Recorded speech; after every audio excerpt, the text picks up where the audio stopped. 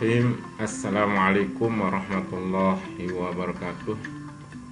Selamat datang di channel video pembelajar informatika SMK Negeri 7 Mataram. Di kesempatan video kali ini kita akan membahas tentang analisis data.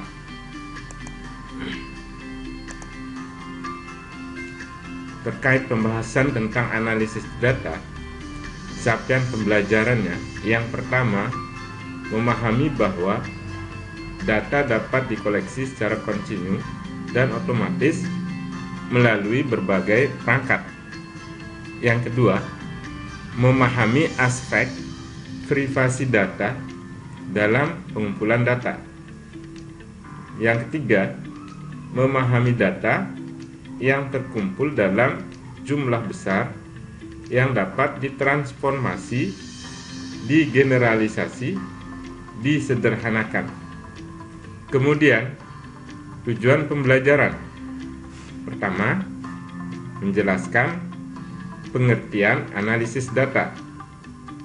Yang kedua, memahami cara pengoleksian data secara kontinu dan otomatis melalui berbagai perangkat. Yang ketiga, melakukan berbagai cara pengumpulan data. Yang keempat, mengoperasikan dan melakukan pemrosesan terhadap data yang telah dikumpulkan. Yang kelima, menjelaskan tentang visualisasi data. Yang pertama, kita akan membahas analisis data. Yang kita bahas di sini terkait analisis data dibagi menjadi 5 poin. Pembahasan yang pertama, pengertian analisis data.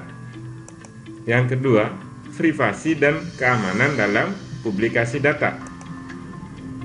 Yang ketiga, teknik pengumpulan data. Yang keempat, memproses data berupa angka. Yang kelima, visualisasi data.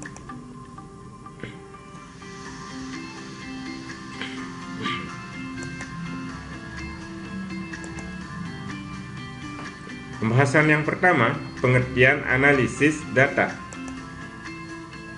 Data adalah informasi dalam bentuk yang dapat diproses oleh komputer, seperti representasi digital dari teks, angka, gambar grafis, atau suara.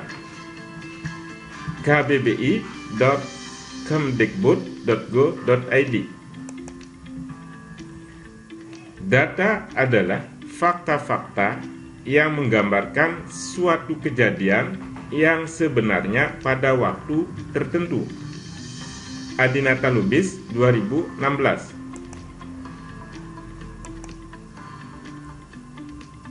Kemudian, pengertian analisis data. Analisis data adalah proses yang merinci usaha secara formal untuk menemukan tema dan merumuskan hipotesis atau ide seperti yang disarankan dan sebagai usaha untuk memberikan bantuan dan tema pada hipotesis. Tyler 1975. Kemudian, analisis data adalah proses mengatur urutan data, mengorganisasikannya ke dalam suatu pola, kategori, dan satuan uraian dasar. Moyong 2002. Pembahasan teknik pengumpulan data. Teknik pengumpulan data di sini ada 3 poin. Yang pertama angket, kedua observasi, ketiga wawancara. Pembahasan yang pertama, angket. Angket memberikan seperangkat pertanyaan atau pernyataan kepada orang lain sebagai responden untuk diambil jawabannya. Kemudian yang kedua, observasi. Observasi melakukan pengamatan secara langsung keadaan atau situasi dari subjek penelitian. Yang ketiga, wawancara. Wawancara mengajukan pertanyaan-pertanyaan langsung kepada narasumber. Data pribadi, privasi dan keamanan dalam publikasi data. Pertanyaannya terkait data pribadi itu apa? Suatu data dikatakan data pribadi apabila data tersebut berhubungan dengan seseorang, sehingga dapat digunakan untuk mengidentifikasi orang tersebut, yaitu pemilik data. Data pribadi adalah informasi berupa nama, umur, jenis kelamin, dan sebagainya yang berkaitan dengan individu hidup yang dapat diidentifikasi. kbbi.kemdikbud.go.id. Contohnya di sini ada 2 nomor HP, tetapi tampilan yang berbeda. Data yang pertama ini masih sifatnya umum, sedangkan nomor yang kedua ini adalah data yang sifatnya pribadi. Privasi dan keamanan dalam publikasi data. Saat ini pemerintah sudah menyusun rancangan undang-undang tentang perlindungan data pribadi. Data pribadi ini terbagi menjadi 2 macam. Yang pertama, data pribadi bersifat umum. Yang kedua, data pribadi yang bersifat spesifik. Data pribadi. Data pribadi yang bersifat umum: nama lengkap, jenis kelamin, kewarganegaraan, agama. Data pribadi yang dikombinasikan untuk mengidentifikasi seseorang. Data pribadi yang kedua, data pribadi yang bersifat spesifik. Data dan informasi kesehatan, data biometrik, data genetika, kehidupan atau orientasi seksual, pandangan politik, catatan kejahatan, data anak, data keuangan pribadi, data lainnya sesuai dengan ketentuan peraturan perundang-undangan. Kenapa data pribadi menjadi suatu hal yang penting? Poin yang pertama, karena terjadi suatu kebocoran data yang sangat merugikan publik. Yang kedua, apalagi saat ini di era digital, di mana pengguna internet juga banyak meningkat dan hampir semua aktivitas membutuhkan data pribadi. Yang ketiga, kesadaran masyarakat pentingnya melindungi data pribadi juga harus ditingkatkan. Yang keempat, karena masih banyaknya masyarakat yang memilih sosial media juga mencantumkan nomor telepon pribadi dan data-data privasi lainnya, hal itu juga dapat menjadikan peluang kejahatan cyber. Data pribadi. Kenapa harus menjaga data pribadi? Dirjen Kominfo menyebutkan 5 alasan penting kenapa harus menjaga data pribadi. Yang pertama, intimidasi online terkait gender. Perlindungan terhadap data penting dilakukan untuk menghindari gender. Online data jenis kelamin patut dilindungi untuk menghindari kasus seksual atau bullying secara online. Yang kedua, mencegah penyalahgunaan data pribadi oleh pihak yang tidak bertanggung jawab. Misalnya seperti iktp yang disalahgunakan oknum untuk melakukan pinjaman online hingga membobol rekening bank pribadi. Yang ketiga, menjauhi potensi penipuan. Yang keempat, menghindari potensi pencemaran nama baik. Yang kelima, hak kendali atas data pribadi yang sudah tercantum dalam Deklarasi Universal tentang Hak Asasi Manusia 1948 pasal 12 dan Konvensi Internasional tentang Hak Sipil dan Politik 1966 pasal 17. Jadi, masing-masing dari kita memiliki hak untuk menjaga data pribadi kita. Berikut ini contoh kebocoran beberapa kasus data pribadi yang telah terjadi di Indonesia. Yang pertama, Kominfo telusuri dugaan kebocoran data paspor 34 juta warga Indonesia.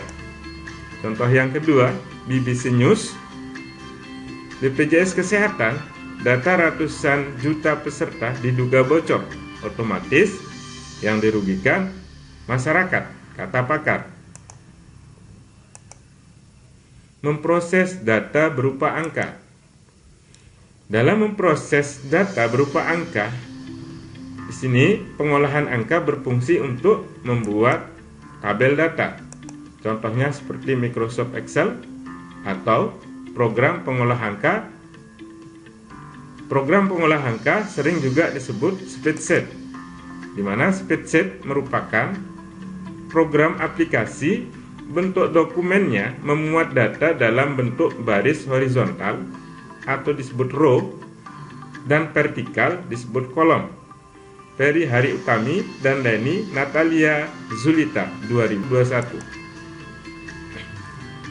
Contohnya, kolom diwakili oleh huruf A, B, C, D dan seterusnya, sedangkan baris atau row 1, 2, 3 dan seterusnya.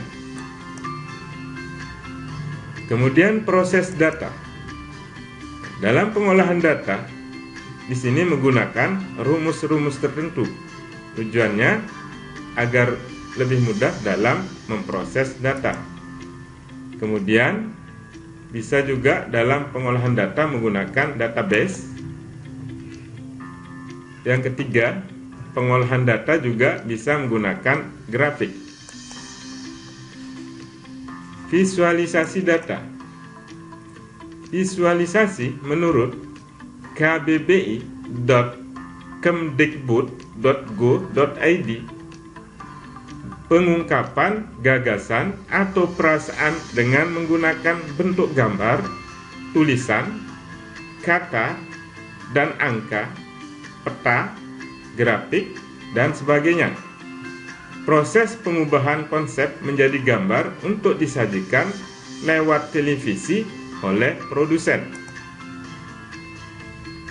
Data menurut kbbi.kemdikbud.go.id, informasi dalam bentuk yang dapat diproses oleh komputer, seperti representasi digital dari teks, angka, gambar grafis, atau suara.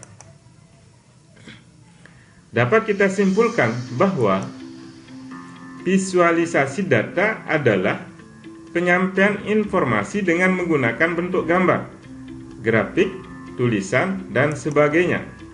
Kenapa sih harus ada visualisasi data? Perhatikan data berikut. Data yang pertama, data yang kedua. Keduanya merupakan penyajian dari data yang telah dikumpulkan dan diproses gambar, memiliki informasi yang sama, namun disajikan dalam bentuk yang berbeda. Kira-kira visualisasi bentuk mana yang lebih cepat dipahami? Apa visualisasi menggunakan grafik batang atau menggunakan tabel? Pemahaman data. Dalam memahami data, melalui pendengaran 10%, penglihatan 80%, melalui tulisan 20%. Dari shingingmind.org, expansion learning active learning.htm. Untuk membuat visualisasi data harus disesuaikan dengan jenis data yang harus ditampilkan beberapa bentuk yang umum digunakan, yaitu jenis chat yang dapat digunakan untuk visualisasi data seperti teks. Jika data yang ditampilkan hanya memiliki sedikit angka, maka cukup untuk sekedar ditampilkan, dan kurang sesuai jika ditampilkan menggunakan diagram batang, garis, ataupun donat. Namun, cukup ditampilkan menggunakan teks secara visual. Tabel. Tabel ada beberapa data yang membutuhkan angka untuk ditampilkan dengan menggunakan tabel. Menampilkan angka yang sebenarnya ditampilkan jika dibandingkan dengan grafik. Jenis chat yang dapat digunakan untuk visualisasi data bisa juga menggunakan diagram garis, di mana diagram garis ini untuk data yang bersifat kontinu dan berkelanjutan rentang waktu tertentu. Diagram garis merupakan pilihan data yang paling tepat sehingga dapat dilihat perubahan data yang ingin ditampilkan. Jenis chat yang dapat digunakan untuk visualisasi data bisa juga menggunakan diagram batang, di mana diagram batang ini, bentuk ini umumnya digunakan untuk menunjukkan suatu perbandingan dari beberapa variabel yang berbeda. Jenis chat yang dapat digunakan untuk visualisasi data bisa juga menggunakan diagram V, di mana diagram V ini untuk menampilkan total persentase yang harus dicapai dalam persen, di mana setiap potongan V akan menampilkan ukuran-ukuran tertentu. Jika dijumlahkan akan mencapai total 100%. Kemudian, jenis chat yang dapat digunakan untuk visualisasi data bisa juga menggunakan diagram donat, di mana diagram donat tidak jauh berbeda dengan diagram pi. Bagian tengahnya bolong seperti donat. Diagram donat memungkinkan bila seseorang penyaji data ingin menampilkan dari rentang waktu yang berbeda. Contohnya dapat dilihat pada gambar berikut. Jenis chat yang dapat digunakan untuk visualisasi data bisa juga menggunakan peta, di mana peta dapat digunakan untuk visualisasi data. Peta juga efisien untuk dapat menampilkan informasi secara geografis, misal pendistribusian barang atau karyawan, penjualan, dan sebagainya. Masih banyak lagi jenis-jenis grafis visual yang dapat digunakan untuk visualisasi data. Dengan visualisasi data, kita dapat melihat tren atau pola dalam suatu data sehingga dapat dilakukan analisis atau pengambilan keputusan dari penyajian data tersebut. Kemudian penilaian dan tugas mandiri. Di sini tugas mandiri, buatlah infografis mengenai data pribadi. Lakukan riset untuk mendukung isi infografis tersebut. Dan jangan lupa menyertakan sumbernya. Kumpulkan melalui Google Classroom. Selamat berkreasi. Jangan lupa pertimbangkan chat apa yang digunakan untuk presentasi kamu agar dapat mudah diterima oleh audiens. Oke, sampai di sini pembahasan bab analisis data. Semoga bermanfaat. Dari saya, Sartiadi SPD, terima kasih banyak. Wassalamualaikum warahmatullahi wabarakatuh.